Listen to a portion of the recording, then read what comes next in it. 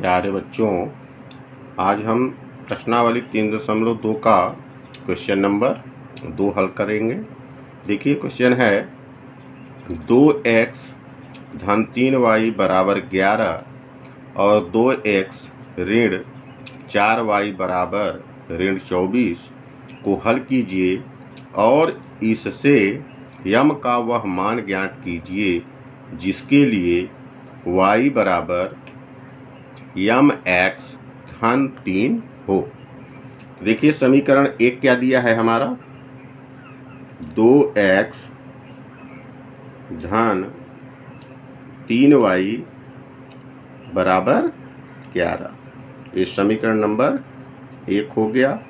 दूसरा दिया है 2x ऋण 4y बराबर दिया है ऋण 24, ये हमारा है समीकरण नंबर 2। ठीक है ना। अब देखिए हम समीकरण 1 से चलेंगे। समीकरण 1 से, ठीक है, हम इसको प्रतिस्थापन विधि से ही हल करेंगे। समीकरण 1 हमारा दिया है 2x धन 3y बराबर 11। ठीक है ना। यदि 2x के बराबर यदि हम लिखें तो बराबर में क्या दिया है, 11 दिया है। यदि यहाँ पे 3y प्लस में है, इसको बराबर को उधर ले जाएं तो किस में हो जाएगा, माइनस में हो जाएगा। ठीक है। अब देखिए 2 का x में संबंध गुणे का है और बराबर किधर ले जाएंगे तो भाग का हो जाएगा। तो हमारा हो जाएगा x बराबर 11 ऋण 3y और गुणा में था, ये 2 आया तो भाग में चला गया। ये हमारा हो जाएगा समीकरण नंबर 3। देखिए समीकरण 1 लेके चले तो हमको समीकरण 3 मिला। अब जो समीकरण 3 हमको मिला है उसको हम 1 में नहीं रखें, क्योंकि एक समीकरण हम लेके चले हैं। जो बचा हुआ समीकरण 2 है उसमें 3 वाले मान को 2 में हम रख देंगे। तो यहाँ पे हम लिखेंगे x के मान को समीकरण 2 में रखने पर, ठीक है, तो 2 को लिख लीजिए। 2x ऋण 4y बराबर ऋण 24। अब जहाँ भी x है, देखिए x के जगह पे हम इन संख्या को लिख देंगे। ठीक है। तो देखिए 2 का x में संबंध गुणे का है तो हम ब्रैकेट लगा लेंगे। अब यहाँ दिया है 11 ऋण 3y बटे 2, ब्रैकेट किए बंद, 2 लिखे, x का मान हमने लिखा। अब आगे है ऋण 4y बराबर लिखे हम ऋण 24। ठीक है ना। अब ध्यान दीजिएगा, अब 2 से 2 हमारा क्या हुआ, कट गया।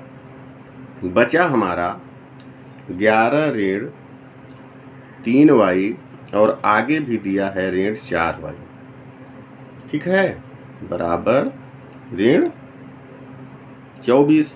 अब देखिए 11 है, ऋण 3y ऋण 4y, समान चिन्ह होने पर, दोनों का चिन्ह समान है, ऋण ऋण है, समान चिन्ह होने पर राशियां क्या हो जाएंगी, जुड़ जाएंगी और चिन्ह हमारा वही रहेगा। तो 4 और 3 कितना हो जाएगा, 7, y के रूप में है तो y, 3y 4y 7y और चिन्ह हमारा ऋण रहेगा।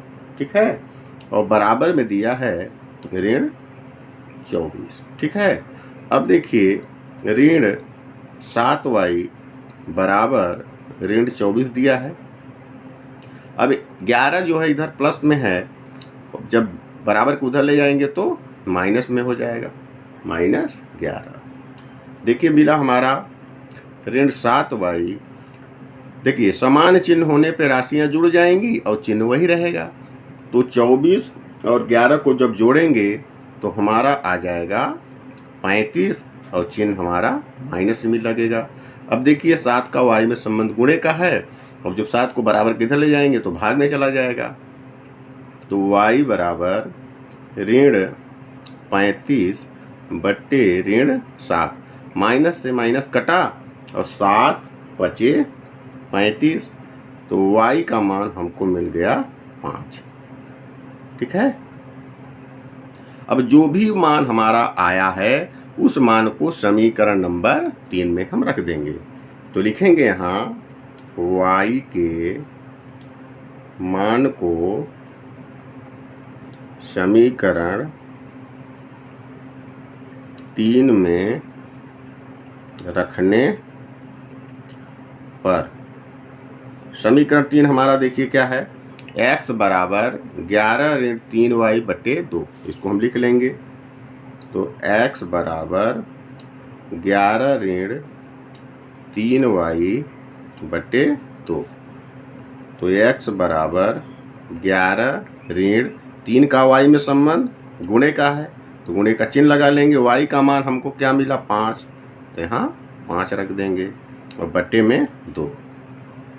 देखिए यहाँ 11 है, ऋण 3 पचे 15, ठीक है ना, 3 पचे 15 और बट्टे में आया 2। ठीक है। अब देखिए x बराबर, अब देखिए 11 ऋण 15 है। अब असमान चिन्ह होने पे राशियां घटेंगी और चिन्ह हमेशा बड़ी संख्या का लिखेंगे। तो 15 में जब 11 को घटाएंगे तो हमारा आएगा 4, बड़ी संख्या का चिन्ह है ऋण, तो ऋण लिख देंगे। तो यहाँ पे हमको मिला ऋण 4 और बटे में देखिए क्या है 2 है, तो यहाँ लिख देंगे तो 2 दूना 4, तो x का मान हमको निकल के आया ऋण 2। ठीक है। चूंकि देखिए प्रश्न में हमको दिया है y बराबर mx प्लस 3, तो इसको हम लिख लेंगे, लिखेंगे दिया है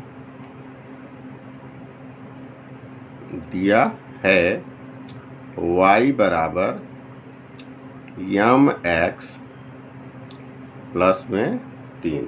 ठीक है ना। अब देखिए ध्यान दीजिएगा, इसको हम पहले लिखेंगे, पहले लिख लीजिए, उल्टा लिख रहे हैं, यम एक्स प्लस 3 लिखे और बराबर में y है तो बराबर में हमने y लिखा। अब x और y का मान हम रख देंगे। तो देखिए x का मान हमको क्या मिला है ऋण 2, तो x के जगह पे हमने ऋण 2 रखा, तो प्लस 3, और y का मान देखिए हमको निकल के आया है 5, तो y के जगह पे हम क्या रख देंगे 5। यम का -2 में जब गुणा करेंगे तो -2m मिलेगा और प्लस में है 3, बराबर लिखा है 5, तो ऋण 2m बराबर यदि हम लिखेंगे तो बराबर में 5 दिया है, ये धन में उधर जाएगा तो ऋण में हो जाएगा। ठीक है। तो ऋण 2m बराबर 5 में 3 जब घटा देंगे तो हमको मिल जाएगा 2। अब देखिए -2 का m में संबंध गुणे का है, बराबर को उधर ले जाएंगे तो भाग का हो जाएगा। तो m बराबर 2 बटे -2, तो 2 एकम 2, तो देखिए m का मान हमको माइनस चिन्ह है तो माइनस लिखेंगे और भाग देने पे हमको 1 आया। यही हमारा जो है m का मान निकल के आ गया और यही हमारा आंसर हो जाएगा। ठीक है। उम्मीद है कि क्वेश्चन नंबर 2 आपको समझ में आ गया होगा। अगले क्रम में हम चलेंगे 3.2 का तीसरे का पहला क्वेश्चन। देखिए क्या दिया है। प्रश्न है कि 2 संख्याओं का अंतर 26 है और एक संख्या दूसरी संख्या की 3 गुनी है, उन्हें हमको ज्ञात करना है। ठीक है ना। अब संख्याएं हमको मालूम तो है नहीं कि 2 संख्या कौन कौन सी है, पहली संख्या क्या है, दूसरी संख्या क्या है, तो हम उसको क्या करेंगे, मान लेंगे। तो लिखेंगे माना पहली संख्या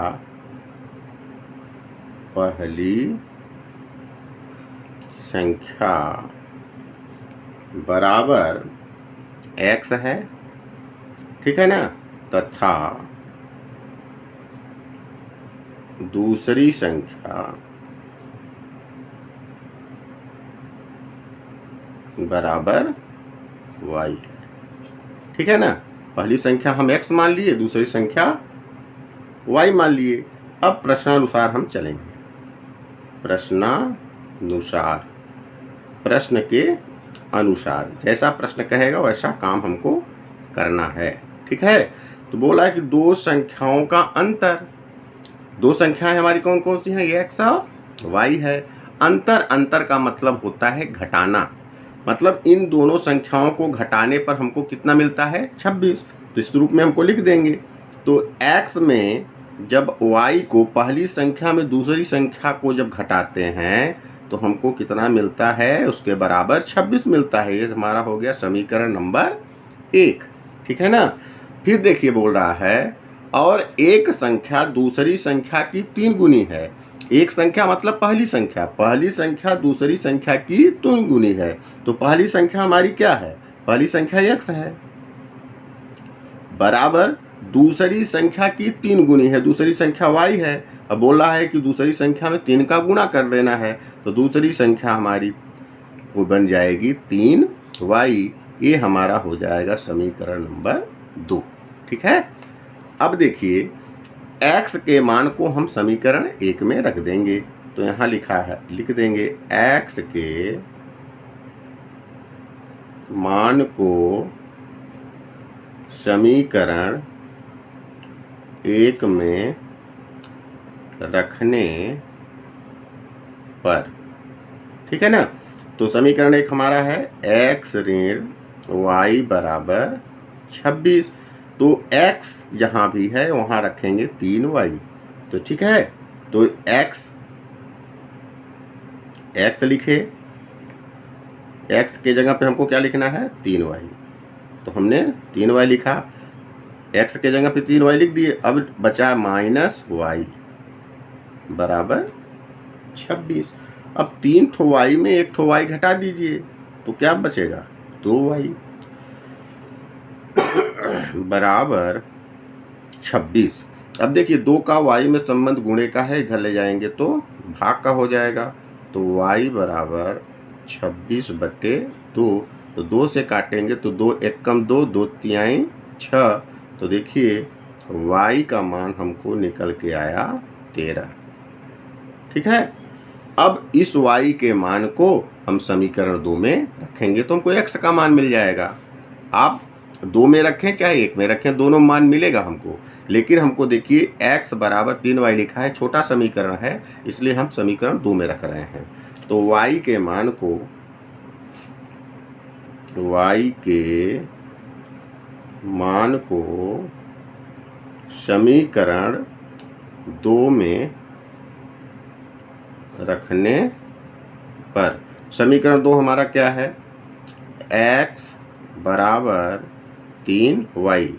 तो देखिए x बराबर 3 का y में संबंध गुणे का है तो गुणे का चिन्ह लगा देंगे। अब y का मान देखिए हमको मिला है 13। तो x बराबर 13 में 3 का जब गुणा करेंगे तो 13 तिया 39।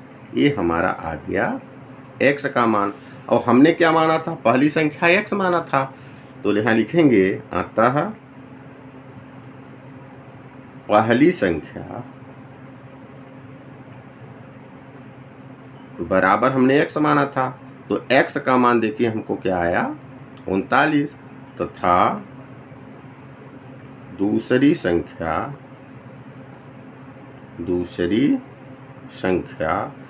संख्या हम क्या माने थे, y माने थे। तो यहाँ लिखेंगे दूसरी संख्या बराबर y माने थे। तो y का मान हमको देखिए क्या निकल के आया 13। ये हमारा दोनों क्या हो जाएंगे, आंसर हो जाएंगे। उम्मीद है कि आपको 3.2 का क्वेश्चन नंबर 3 का पहला क्वेश्चन भी समझ में आ गया होगा। अब हम अगले क्रम में चलते हैं, क्वेश्चन 3.2 का तीसरे का दूसरा क्वेश्चन। ठीक है, तीसरे का दूसरा क्वेश्चन। देखिए क्वेश्चन क्या है कि दो संपूरक कोणों में बड़ा कोण छोटे कोण से 18 डिग्री अधिक है, उन्हें हमको ज्ञात करना है। अब संपूरक कोण कहते किसको हैं, ठीक है ना। देखिए संपूरक कोण किसे कहेंगे हम, ध्यान दीजिएगा। संपूरक कोण की परिभाषा है जब दो कोणों का योग 180 डिग्री होता है उसे संपूरक कोण कहते हैं। दो कोणों को जब जोड़ दें और 180 मिल जाए उसे हम क्या कहते हैं, संपूरक कोण कहते हैं। इस परिभाषा को आप याद रखेंगे, ठीक है। अब देखिए हम यहाँ पे दो चीज बोला है, बड़ा कोण और छोटा कोण। तो बड़ा पहले है तो इसको x मान लेंगे, छोटा बाद में है तो इसको y मान लेंगे। चलिए हम मान लेते हैं, माना बड़ा कोण बराबर x डिग्री है, ठीक है ना, तथा छोटा कोण बराबर y डिग्री है, ठीक है। अब चलेंगे हम प्रश्नानुसार, प्रश्न के अनुसार, ठीक है ना। देखिए प्रश्न में क्या कह रहा है कि दो संपूरक कोणों, अब संपूरक कोण कहते किसको हैं, जब दो कोणों का योग कितना हो, 180 अंश हो। तो देखिए बड़ा कोण हमको x मिला, छोटा कोण हमने y माना। अब इन दोनों को जोड़ने पर हमको कितना मिलेगा, 180। तो बड़ा कोण धन छोटा कोण, इन दोनों को जोड़ने पर हमको मिल जाएगा 180। समीकरण नंबर 1 हमको मिल गया, ठीक है। अब देखिए क्या बोल रहा है, दूसरे शर्त में कि बड़ा कोण छोटे कोण से 18 डिग्री अधिक है, ठीक है ना। मतलब बड़े वाले कोण में और छोटे वाले कोण में अंतर दोनों में कितने हैं, 18 डिग्री का। एक 18 डिग्री बड़ा है तो एक 18 डिग्री छोटा है, ठीक है ना। 18 डिग्री का अंतर है दोनों में, तो इन दोनों कोणों का अंतर जो हम लिखेंगे वो लिखेंगे 18।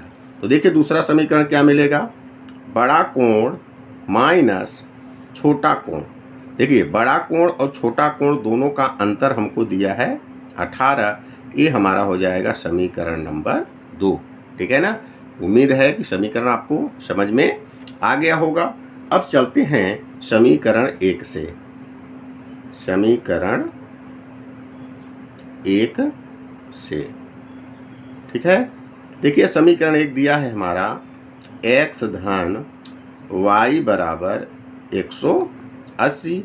यदि x के बराबर हम लिखेंगे जब, तो बनेगा हमारा x बराबर 180, ठीक है। समीकरण नंबर 1 से लिए हैं हम, तो x बराबर 180। अब ये प्लस में है, जब उधर ले जाएंगे तो काहे में हो जाएगा, माइनस में हो जाएगा, माइनस y। ये हमारा बन जाएगा समीकरण नंबर 3, ठीक है ना। अब x का जो मान आया समीकरण 1 लेके चले हैं, तो इस मान को हमको समीकरण 2 में रख देना है। तो लिखेंगे x के मान को समीकरण 2 में रखने पर, ठीक है ना। समीकरण 2 हमारा है x माइनस y बराबर 18, ठीक है ना। अब जहाँ x होगा वहाँ लिखेंगे 118 माइनस y। तो लिख दीजिए x के जगह पर 100, x का मान दिया है 180 माइनस y, 180 माइनस y, फिर ये माइनस है, माइनस y हमने लिखा, बराबर लिखा 18, ठीक है।